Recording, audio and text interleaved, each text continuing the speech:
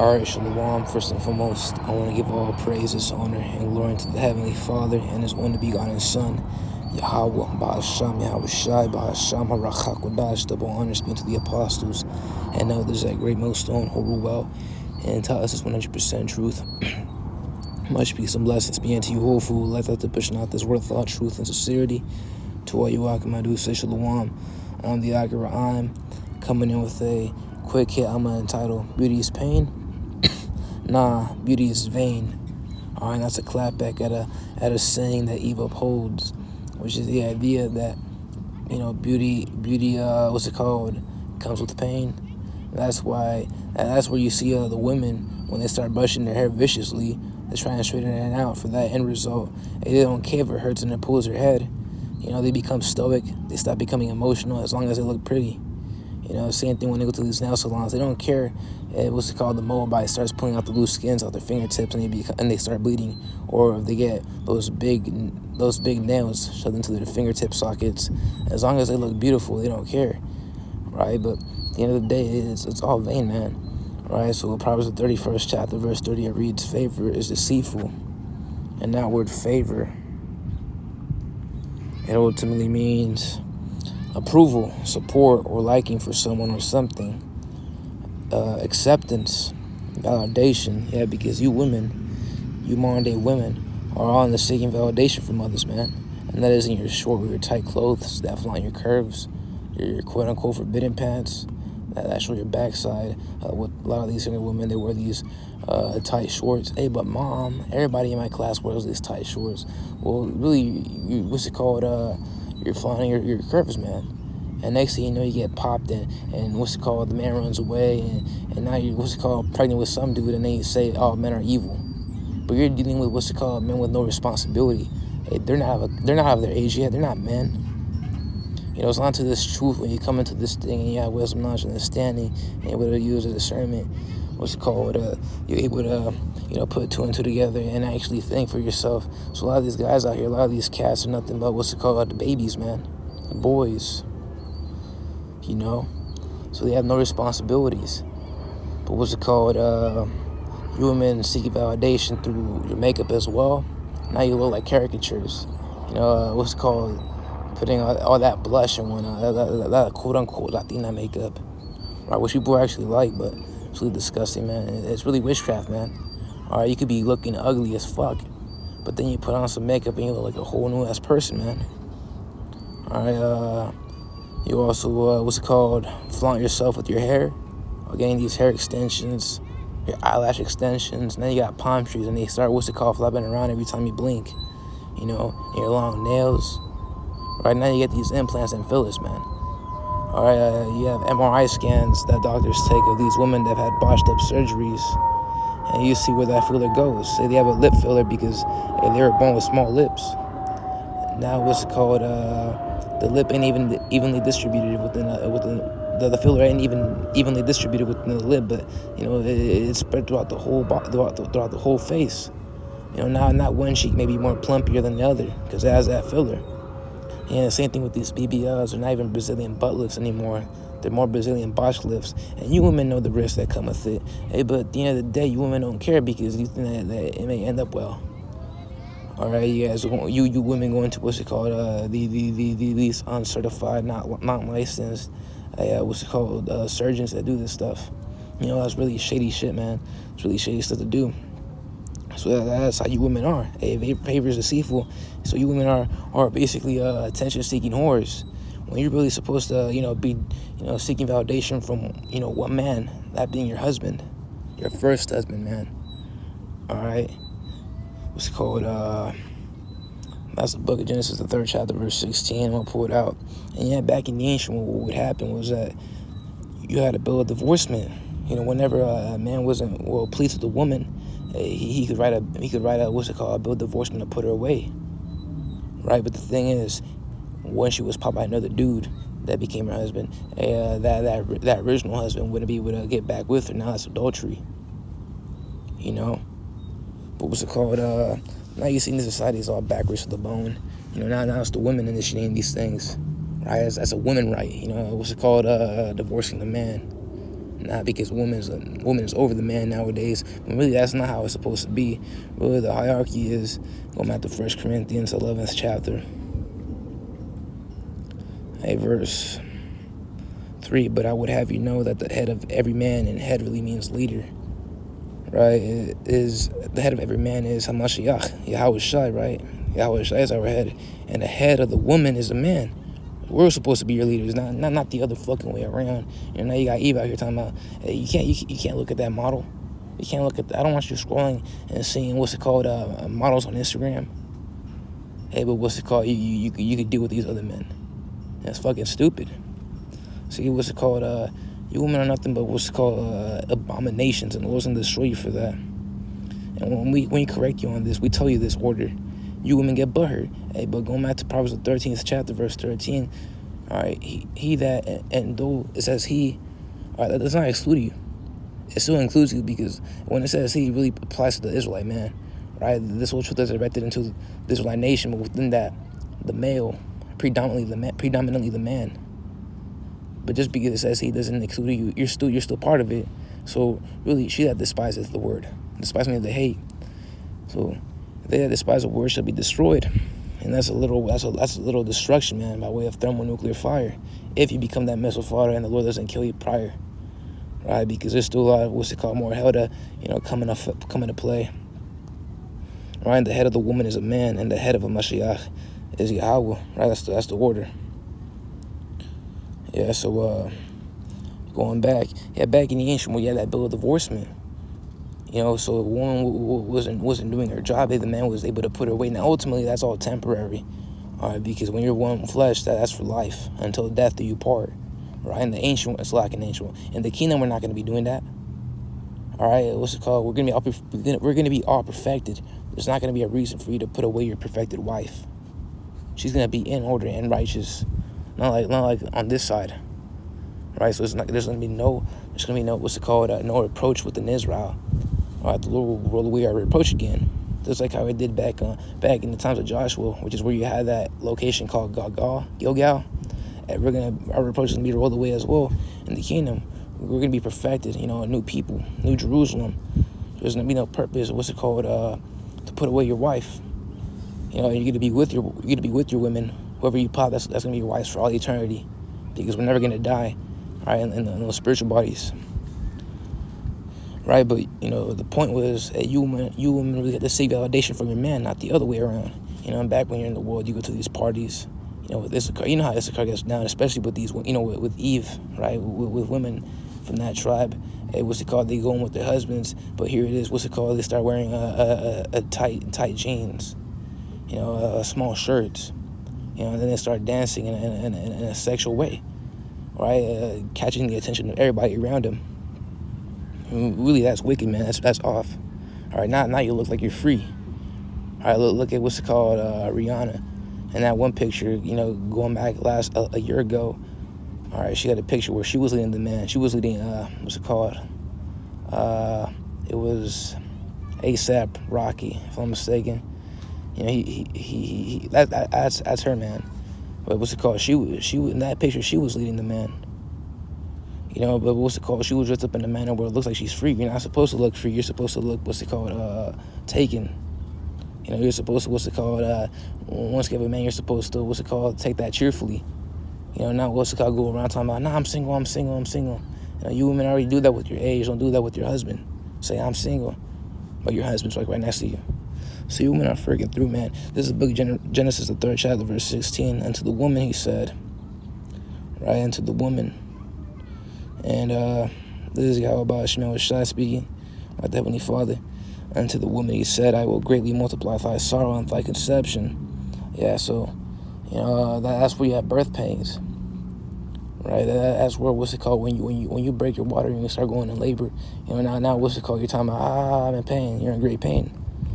So in sorrow thou shalt bring forth children. But the point was, and thy desire shall be to thy husband, and he shall rule over thee. Again, and thy desire shall be to thy husband, and he shall rule over thee.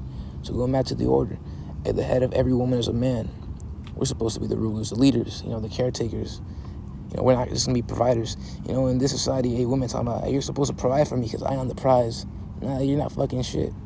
Hey, you lose worth every single time you get popped, right? Hey, you lose your weight, you lose your value, man. On top of that, you're the weaker vessel in general, so that means you're underneath us, right, by status, because there's no equality with what's it called between genders, just as there's no equality between nations. Hey, a lot of you so-called sisters, this is obviously excluding the real, true, sisters that ride, fall GMS. Hey, but a lot of these so-called self-proclaimed sisters, especially the ones on Instagram you see, hey, they hate Cam. Supposedly, Cam speak about being abusive to your wife. We don't do that. We don't teach those things. All right, but that's because at the end of the day, they rebel. They hate that they have to be in order. They have to serve the man. They want to be rebellious. They hate that they serve the man. They hate that one man could have multiple women. They hate all these things.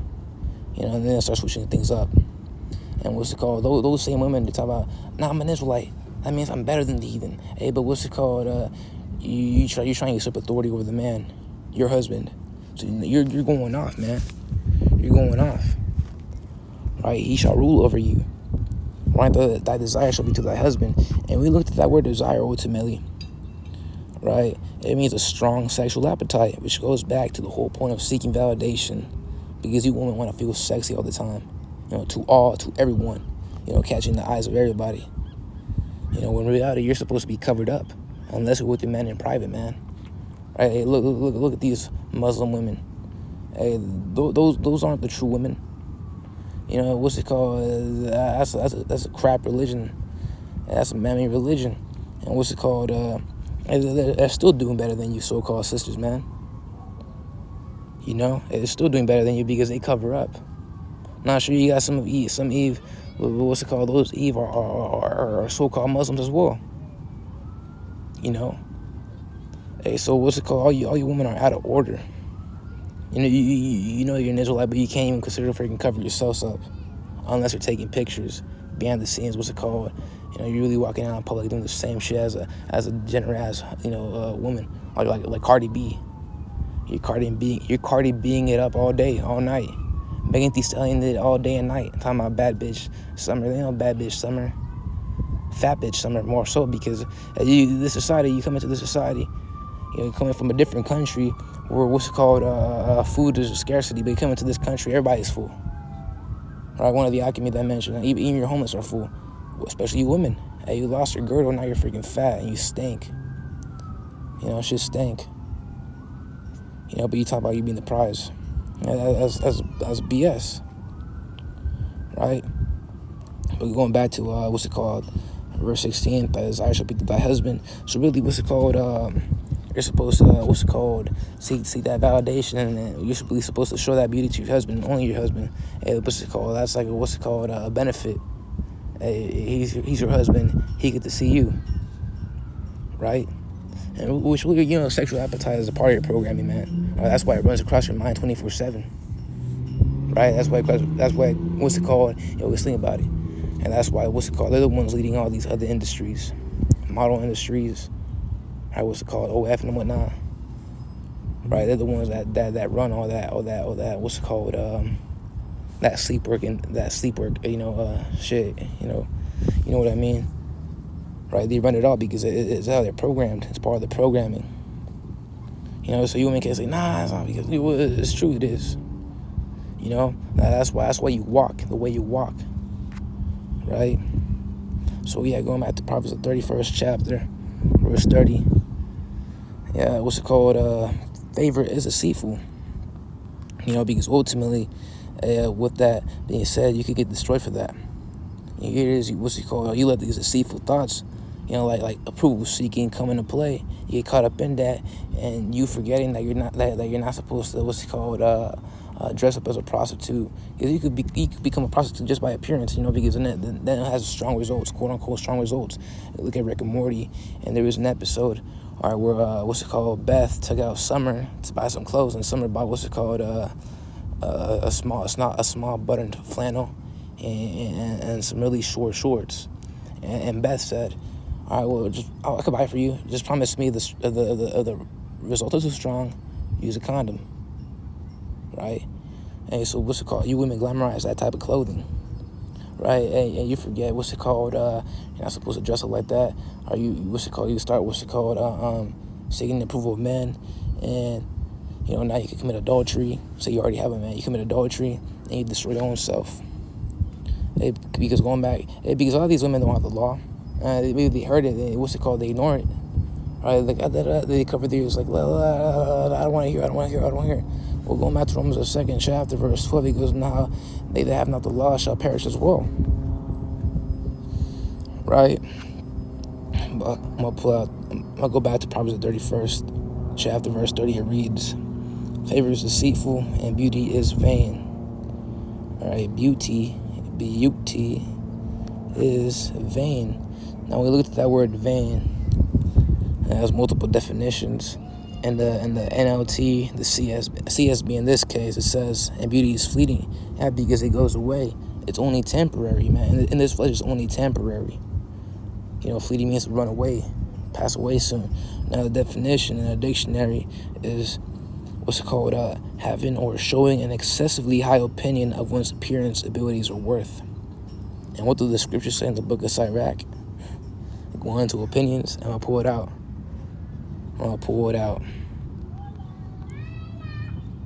Look what's sharper with me.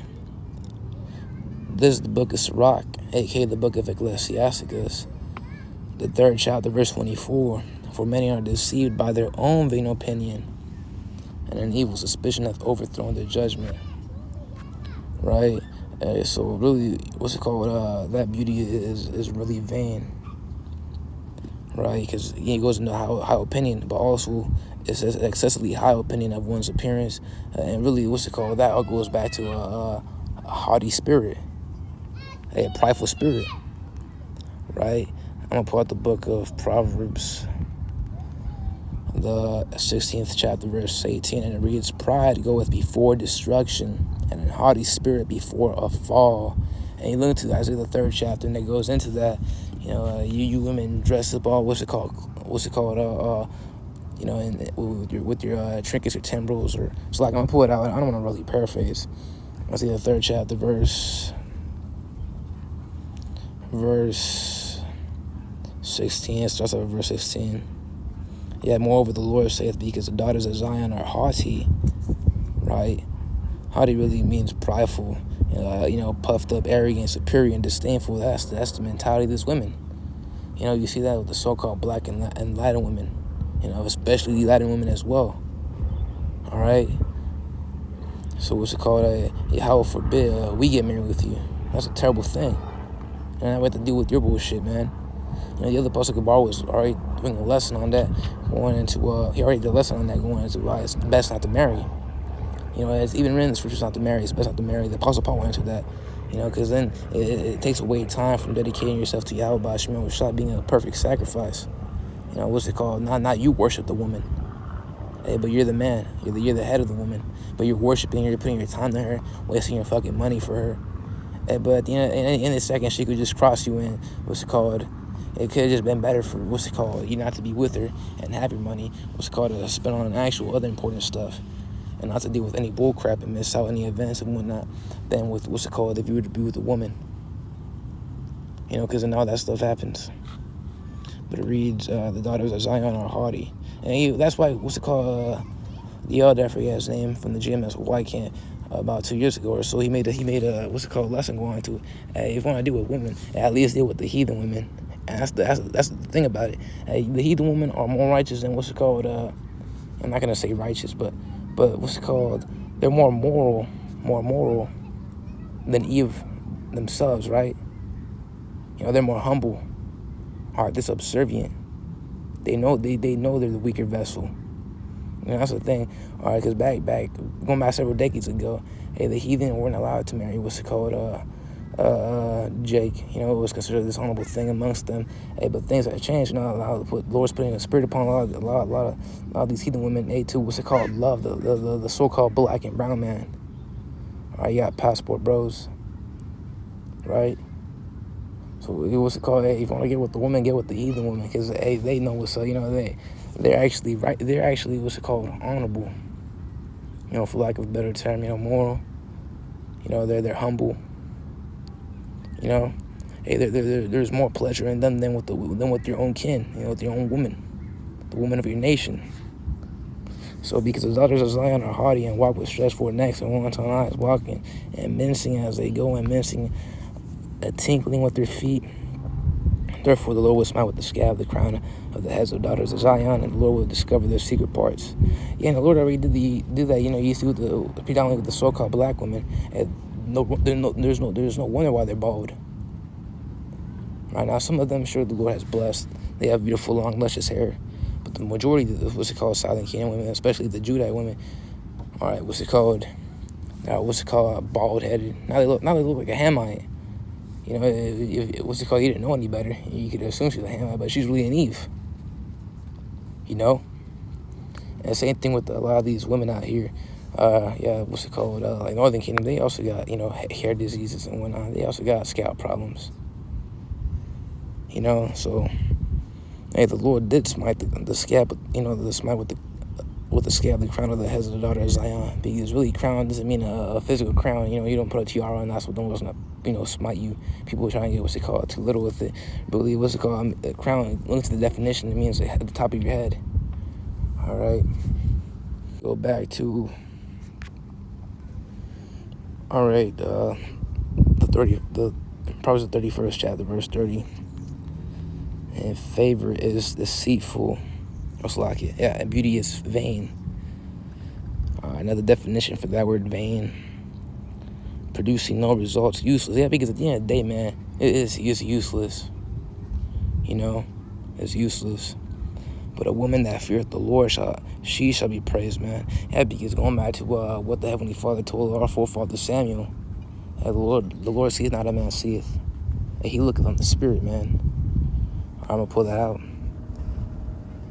And this is when He was about to anoint King David, or it's like he was looking him to anoint from the sons of Jesse, and then he anointed King David, or David before he became king. But he anointed David, son of Jesse. But this is the book of 1 Samuel, the 16th chapter, verse 7. But the Lord said unto Samuel, look not on his countenance. Yeah, because he was looking at David's older brother. Right? And he was like, damn, you know, this guy looks like he could be it. You know, because that's one thing about the flesh, and that's really a stumbling block, is that you could look at a certain person. They may look masculine, you know, or they may look innocent, you know, but their spirit's really ravenous. In words, they're nothing but ravenous, you know, demons, man. And that's why like with the argument and even yourself, man, you know, ourselves. You may look at a woman, she may look pretty, she may look nice, beautiful, to look upon, eye candy, you want to get with her, deal with her. You start speaking to her, or maybe you're acquainted with her, or maybe you just eavesdrop her. Not eavesdrop her like hey, because the scripture's going to how, you know, look not upon many matters. But say you just happen to hear her, and you hear how she speaks, man. She looks beautiful, but she speaks like a fucking demon, you know, gossiping and whatnot, like, I'll fucking beat her up. You know, you're like, ew, I'm not trying to get with that anymore. That's gross. That's disgusting. Because one thing about sex and being sacred, yeah, you know, as they put it, you know, STI, sexually transmitted spirits, or ST, STS, whatever they call it, you know, a saying. So you really try the spirits, man. You really get the spirits, you know, in you. Or more so with the woman, you know, when every time they deal with another man, they have a lot of spirits on them, you know, pursuant to other men that they've been with. That's why the studies show they still carry DNA from the first time they got popped, you know, decades ago. You had a case with the old lady who cheated on her husband once, like decades ago.